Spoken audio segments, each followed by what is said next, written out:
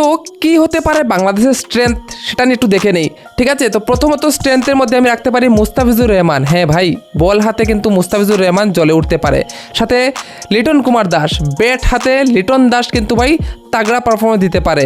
তারপর এক্সপিরিয়েন্স নিয়ে আসতে পারে আরেকজন বোলার যে এফেক্টিভ করছে এবং লাগাতার আমরা দেখতে পাচ্ছি 3 উইকেট 4 উইকেট নিচ্ছে। হ্যাঁ, আমি কথা বলছি ইনফ্রম তাসকিন আহমেদের কথা, ঠিক আছে। এবং সাথে অলরাউন্ডারের ভূমিকা মেহেদী হাসান কিন্তু পূরণ করতে পারে।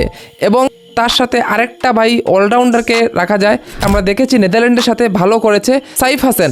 তো এবার দেখার বিষয় সাইফ হাসান কি পারবে ভাই এশিয়া কাপের মতো বড় ম্যাচে এসে তার যে পারফরমেন্সটা সেটা তুলে ধরতে, নাকি ভাই অন্যবারের মতো বাংলাদেশ আবারও এই বড় ম্যাচে এসে ভাই সেইভাবে তার দাপট্য দেখাতে পারবে না। কারণ আমরা দেখতে পাচ্ছি বিগত কিছু টুর্নামেন্ট ধরে কিন্তু বাংলাদেশের বড় ম্যাচে অর্থাৎ T20 ওয়ার্ল্ড কাপ হোক, ODI ওয়ার্ল্ড কাপ হোক, অথবা ভাই এশিয়া কাপ হোক, ঠিক আছে, চ্যাম্পিয়ন্স ট্রফি হোক, তেমন বড় কিছু করতে পারেনি। কিন্তু এর আগে আমরা দেখতাম যে বাংলাদেশ ভাই এ ধরনের যে বড় টুর্নামেন্ট হতো সেই টুর্নামেন্টে 1-2টা ম্যাচ কিন্তু দারুণ, অর্থাৎ বড় ম্যাচ বড় টিমকে হারিয়ে দিত।